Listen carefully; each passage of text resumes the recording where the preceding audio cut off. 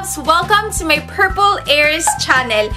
And yes guys, as you've read sa title, I'm going to review yung eyeshadow palette ng pinaka-paborito kong YouTuber sa entire planet. At saka isa siya sa mga tao na sobrang nag-i-inspire sa akin to become a better person. Drum roll please! I'm going to review the B by Bob's Beauty BH Cosmetics na eyeshadow palette.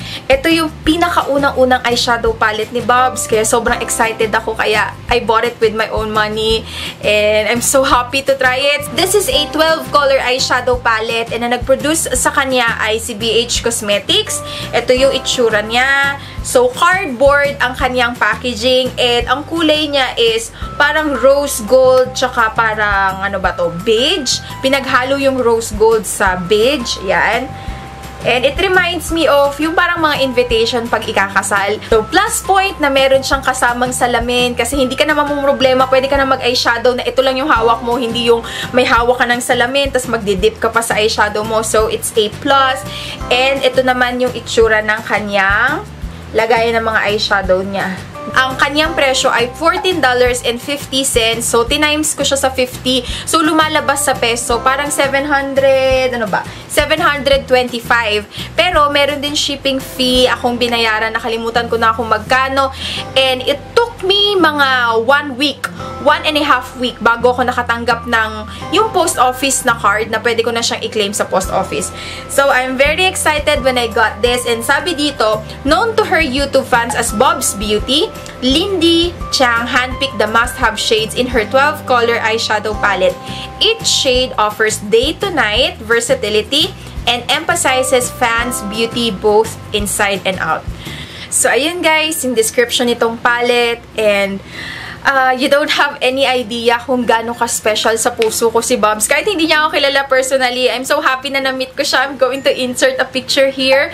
Na-meet ko siya noong StyleCon, and doon ako nakaramdam na parang umistap yung mundo ko nung nakita ko siya, na talagang alam niyo yun, kasi isa sa mga taong that I look up to, and gusto kong i-pattern sa kanya yung magiging buhay ko, kasi sobrang simple lang ni Bob's, pero she's very happy, she's very contented, na hindi niya iniisip na fame, dapat popular ako, dapat sobrang dami ng subscribers ko. Hindi siya self-centered, hindi siya conceited na tao. Bob's. Okay, enough of the drama at baka magkaiyakan pa dito.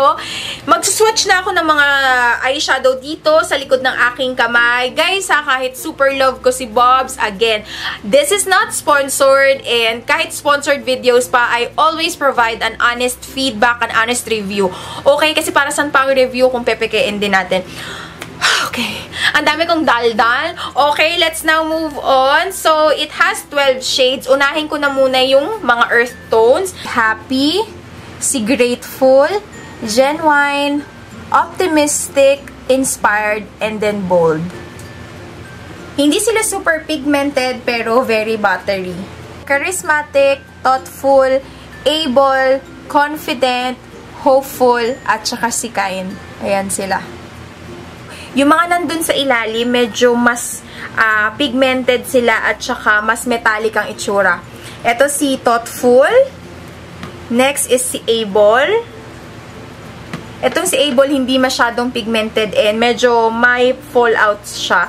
Pero gusto ko yung color niya kasi rose gold siya. Maganda siya sa center ng lids. Tapos sumunod naman is Confident. Purple ang kaniyang color. Ito si Confident, medyo powdery siya, pero pag binlend mo naman, okay naman siya. Hindi nga lang siya ganun ka pigmented na purple. Ayan din, very pigmented din si Hopeful. And last but not the least shade is si Kind. Para siyang lavender na may kaunting shimmer. Ito si Kind. Ayan. This is going to be my first time. Talagang sinabi ko na dapat sa camera ko siya itatry para genuine yung makukuha yung reaction sa akin. So, let's begin. First, kukunin ko si Optimistic. Ito siya. Maganda siyang pang transition, and feeling ko kahit pang contour, maganda siya kasi patay na pagka-brown yung meron siya eh. Hindi siya ma-reddish.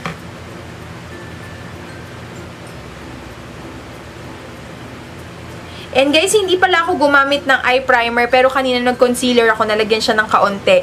Tapos sinet ko siya ng translucent powder. Para mas makita natin yung kulay.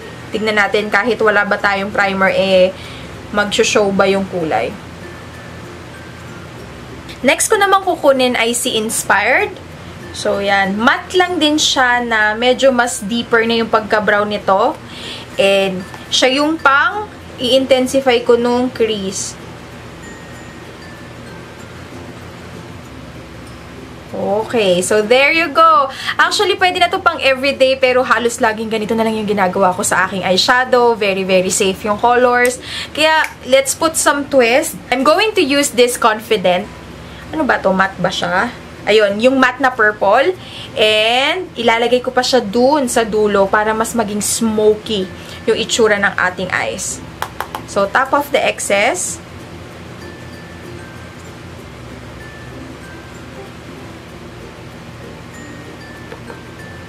Yung Inspired dun sa ilalim ng ating mata.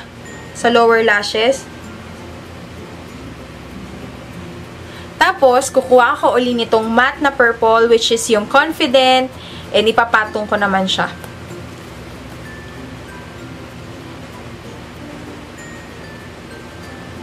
Inspired yung dark brown. And dun ko pa rin siya ilalagay sa may dulo para mas mag-darken. Lagyan naman natin ng glow yung ating eyelids. I'm going to use yung A-ball, yung nakita natin na rose gold na kulay. And dun natin siya ilalagay sa may gitna. Oops! Ito medyo powdery siya. Pero okay lang. Pag binlend naman, kumakapit naman siya sa skin.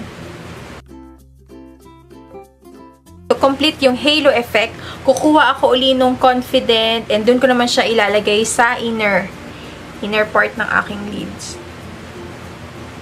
To be honest, medyo nakukulangan ako sa pigmentation nitong A-ball, yung nilagay ko sa gitna. So guys, kumuha ako ng MAC Fix Plus and sprayan natin tong brush natin. Tignan natin kung mas magiging pigmented ba siya. Okay, parang nabubura niya. Ayan, okay. So, yan. Mas lumitaw yung kulay. So, yan guys. Tapos na tayo sa ating pa-halo effect. I-highlight naman natin yung ating brow bone. And ang gagamitin ko is si Happy na lang.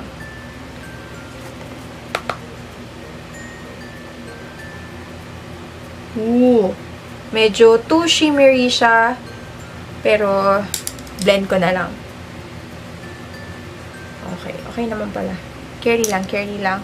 And parang gusto ko pa siya bigyan ng konting pop. So, kukunin ko naman si Hopeful, yung mas metallic kay Happy, or mas shimmery. And maglalagay ako dito. Sa kalahati ng aking lower lash line.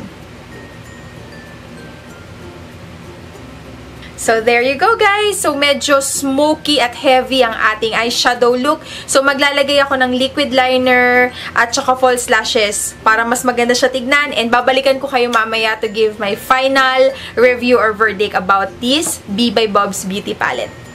I am back guys! So ayan, tapos na ang aking makeup and ibibigay ko na sa inyo yung final thoughts ko about the Be by Bob's Beauty Palette by BH Cosmetics. So una sa lahat guys, sasabihin ko muna sa inyo yung mga parang cons niya, yung mga napansin ko na meron pang areas for improvement. So una is yung kanyang pigmentation. Nakatry na rin kasi ako ng mga eyeshadow na talagang sobrang buttery, sobrang it glides on very smoothly na kahit isang dip mo lang ng brush mo, paglagay mo sa eyelids mo, talagang kita mo na kaagad yung kulay. Unlike dito kay Be by Bob's palette, yes, nandun yung pigmentation niya, pero it is not as pigmented dun sa mga na-try kong sobrang nagustuhan kong eyeshadow. It broke my heart to say this, but I need to be honest with you guys. Yung quality niya, medyo so-so lang for the price. It cost 725 pag kinonvert sa peso natin. and plus yung shipping fee pa. So, for me, medyo pricey, pero yung kanyang quality, hindi talaga siya one of the best eyeshadow na natry ko. So, yun lang yung napansin ko sa kanya, yung quality lang. Overall, nagustuhan ko naman siya, lalo na yung shade selection niya.